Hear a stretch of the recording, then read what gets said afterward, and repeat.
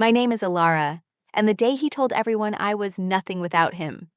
So I let him watch me sign my first $1 million contract, became the turning point of my life. I still remember the exact texture of the leather chair beneath my palms as I sat across from him in that glass-walled conference room. The city sprawled behind him, 40 stories of steel and ambition glittering in the afternoon sun. Marcus wore that smile, the one I used to think meant pride, before I learned it was just another mask for ownership. He'd shown up uninvited to my meeting, talking his way past security with that golden boy charm, assuming he still had access to every corner of my life. When the contract slid across the mahogany table and I lifted the pen, I made sure to meet his eyes. I wanted him to see it. All of it. The signature. The number with all those zeros. The woman he said would collapse without him, thriving in the space where he used to stand. Have you ever been betrayed by someone who made you believe you were only half a person without them? Let me back up. 3 years ago, I was someone else entirely. Not different in essence, but in certainty. I was 26, working 60-hour weeks as a junior marketing analyst at a mid-tier firm in Seattle, dating a man who seemed to fit perfectly into the future I'd been taught to want. Marcus Chen, Yale MBA, family money that whispered instead of shouted, the kind of handsome that photographs well at fundraisers. We met at a networking event where I'd been too nervous to eat the catered food, and he'd handed me a glass of wine with a crooked smile that made me forget I was wearing shoes half a size too small. For 2 years, we were the couple other people envied. Weekend trips to his family's place in the San Juans. Me laughing in his kitchen while he cooked elaborate meals, talking about the startup he wanted to launch, the life we'd build. He had this way of making grand gestures feel intimate. Flowers delivered to my office with handwritten notes, surprise reservations at restaurants I'd mentioned once in passing. I thought I'd found my partner, my equal, the person who saw me not as a project to fix, but as someone already whole who he was lucky to know. I should have noticed the smaller things. The way he'd correct me at dinner parties, always prefaced with, "Actually, sweetheart." The times he'd scroll through his phone while I talked about my day, then accuse me of being distant when I went quiet. How he'd encouraged me to quit my little job and help him full-time with his business ventures once they took off. He made it sound like faith, like love, like any woman who truly believed in her man would want nothing more than to be the wind beneath his wings. But I wanted to fly on my own, too. I just didn't know how to say that without sounding selfish. The cracks started showing when I got promoted. Nothing major. Senior analyst, a modest raise, my own office with walls that didn't quite reach the ceiling. But it was mine. I'd earned it through months of 18-hour days, presentations I'd rehearsed in the bathroom mirror, ideas I'd been terrified to voice in meetings full of men who looked at me like a decorative plant. Marcus took me to dinner to celebrate. I wore the blue dress he liked, animated and exhausted, talking too fast about the campaigns I'd finally get to lead. "That's amazing, Elara," he said, reaching across the table to hold my hand. His thumb traced circles on my wrist. "I'm proud of you, though once we're married, you won't need to work so hard. You can focus on what really matters." I'd laughed, thinking it was a joke. The smile never reached his eyes. Over the following months, my success became our friction. Every late night at the office was me choosing work over us. Every client lunch was me networking more than nurturing our relationship. When I started developing a campaign pitch for a major tech client, the kind of project that could redefine my entire career, Marcus grew cold in ways I couldn't name. He'd make supportive sounds while his jaw stayed tight. He'd ask about my day, then zone out halfway through my answer. One night, I found him on our couch with his laptop, working on a business proposal. I curled up beside him, excited to share that my pitch had made it to the final round. He barely looked up. "That's great, babe." "Marcus, this is huge. If we land this account, when are you going to stop pretending this matters so much?" The room went very still. Outside, rain started tapping against the windows, soft and insistent. "What?" He closed his laptop with deliberate care. This whole career obsession. It's like you're trying to prove something. To who? Me? Yourself? Your parents? He said it so gently, like he was diagnosing an illness. You're burning yourself out for what? A title? Some external validation? I make enough for both of us. You could relax, take up yoga, paint, have time to actually plan our future.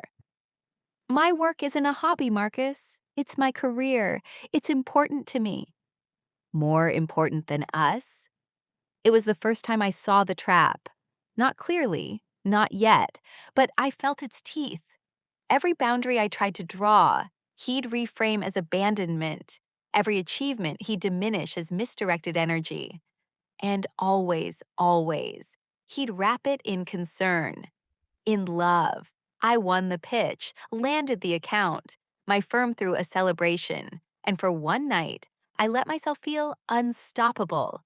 Marcus came late, stayed an hour, barely spoke to anyone. On the drive home, he was silent until we pulled into our building's garage. You know they're just using you, right? I turned off the engine. What? Your boss, that firm. They see someone hungry and eager to please, and they're working you to the bone for pennies. You think you're building something, but you're just making other people rich. He shifted to face me, his expression so earnest it almost looked like compassion. I'm not criticizing Elara. I'm worried about you. You've changed. You're always tired, always stressed. You're losing yourself in this. Or maybe I'm finding myself. His laugh was soft, pitying. Okay, sure. Let me know how that works out. The real destruction came slowly, then all at once. Marcus started making comments to our friends. Little jokes at dinner parties about my obsession with work, my inability to relax, how he had to drag her away from her laptop on date nights. He'd say it with a laugh, an arm around my shoulders, and everyone would chuckle like it was charming. Like he was the patient, loving boyfriend dealing with his workaholic girlfriend. I started seeing myself through their eyes. Unbalanced, neglectful, somehow less than. When I'd confront him privately, he'd look wounded. I'm on your side, Elara. I'm the one who supports you. But yeah, I'm going to be honest when I think you're hurting yourself. That's what people who love each other do. I started working less, coming home earlier, trying to be the version of myself that wouldn't provoke that disappointed look in his eyes. My performance reviews slipped from excellent to adequate. I lost the fire that had gotten me promoted in the first place, and I didn't even notice it happening. Then came the investors' dinner. Marcus had finally gotten meetings with potential backers for his startup, some vague tech platform that was always 6 months from launch. He needed to make an impression, and he wanted me there, polished and smiling, playing the role of supportive girlfriend. I wore the dress he picked out, said the things he coached me to say, laughed at jokes that weren't funny.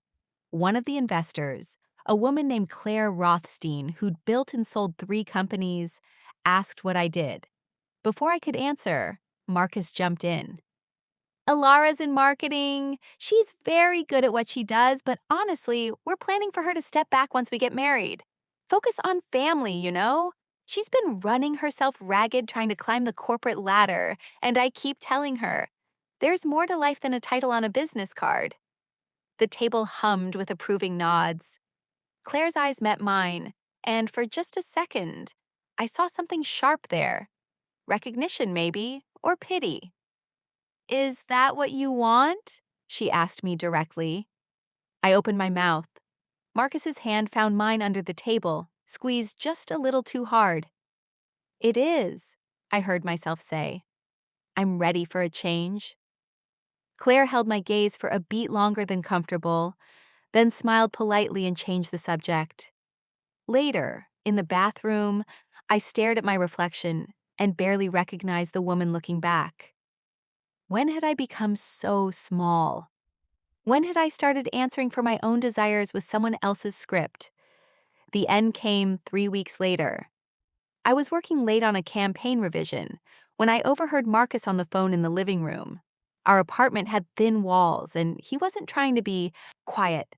No, trust me, it's under control. She's harmless, talented enough at her little job, but she doesn't have the vision for anything bigger.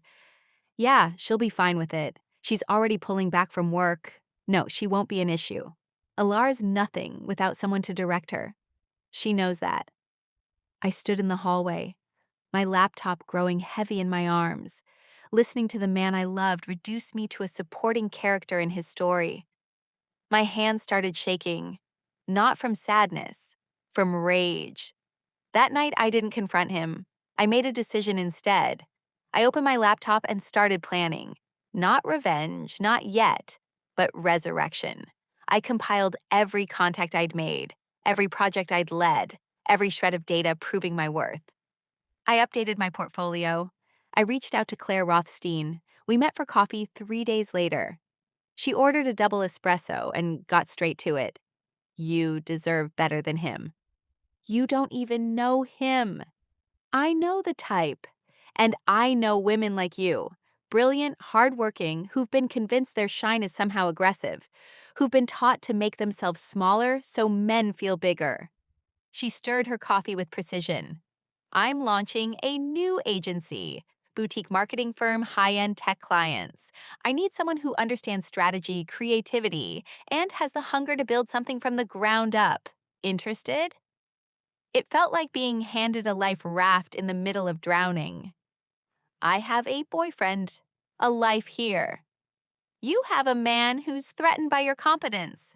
There's a difference. She slid a business card across the table. Think about it, or don't, but stop setting yourself on fire to keep someone else warm. I took the card. That night, Marcus and I had the fight that ended us.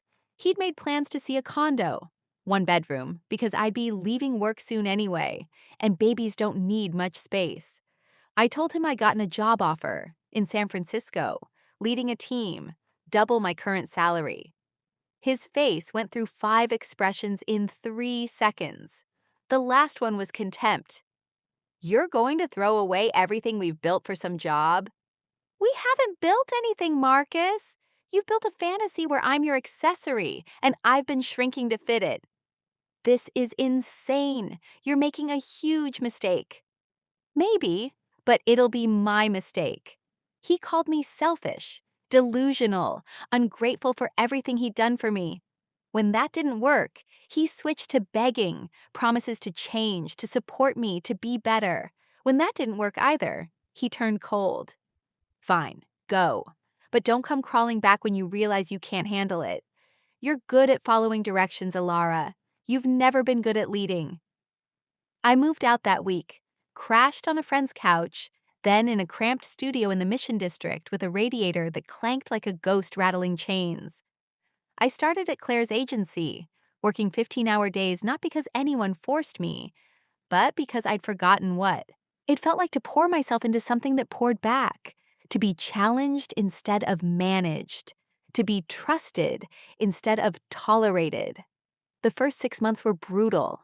I made mistakes, second-guessed myself, sometimes lay awake at night wondering if Marcus had been right, if I was delusional for thinking I could be more than his reflection. But Claire pushed me. The team respected me. And slowly, I remembered who I'd been before I started editing myself for someone else's comfort. We landed our first major client 8 months in, a tech startup looking to rebrand entirely. I led the pitch, and when they chose us, Claire made me creative director for the account. We delivered something beautiful, a campaign that went viral, won awards, got written up in industry publications. Clients started asking for me specifically. Marcus reached out twice during that first year. Once to tell me he was seeing someone new and hoped I was doing okay, all things considered. Once to ask if I could introduce him to some of my new contacts. For old times' sake, I blocked his number after the second message. By year 2, I was partner at the agency. We'd expanded, hired more staff, quadrupled our revenue. I bought a loft with views of the bay, adopted a cat named Sappho who judged me less than any person ever had, and started sleeping through the night again. I dated occasionally, but mostly I focused on building something that was mine, something no one could take credit for or diminish or use to make themselves feel bigger. Then came the call.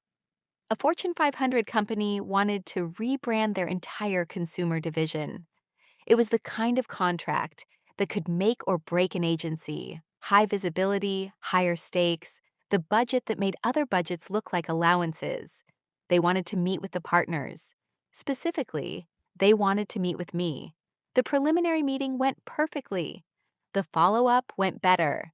We reached the contract stage, the formal signing, with their executive team and legal present, the kind of thing that got covered in trade publications.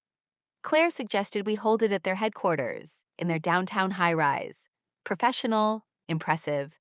I wore navy blue, my good heels, my mother's pearls. I felt like I was wearing armor made of light. The conference room was all glass and steel, designed to intimidate and inspire.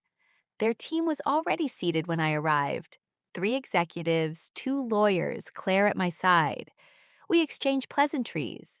Someone made coffee appear in porcelain cups. The contracts came out, thick and formal, with tabs marking where I needed to sign. That's when I saw him, through the glass wall in the reception area. Marcus, wearing a visitor badge, holding a portfolio, looking confused and out of place. One of the executives noticed my distraction. "Friend of yours? He's been trying to get a meeting with us for weeks. Some startup pitch. We figured we'd give him 5 minutes while we wait for..." He checked his watch. "Well, while we waited for you. But you're here now." Marcus saw me. His expression cycled through surprise, confusion, and something that might have been pride before it curdled into something else. I watched him put the pieces together. The conference room, the contracts, the executives I was sitting with. "Actually," I said, my voice steady and clear, "if you don't mind, I'd like him to watch this. Just for a moment." The executive looked puzzled but shrugged. "Your show." They invited Marcus in. He entered hesitantly, that golden boy charm flickering uncertainly as he tried to read the room. He looked at me, and I saw him calculating, still trying to figure out the angle, the hierarchy, his place in it. "Marcus," I said, "these are my clients. We're just about to finalize a major contract." I picked up the pen. "I wanted you to see this, since you were so sure I was nothing without you." His face went pale, then red. One of the lawyers coughed politely. Claire's smile was sharp enough to draw blood. "Elara, you did. You told your investors I was harmless, that I didn't have vision, that I was nothing without someone to direct me." I kept my voice level, professional. "You were wrong."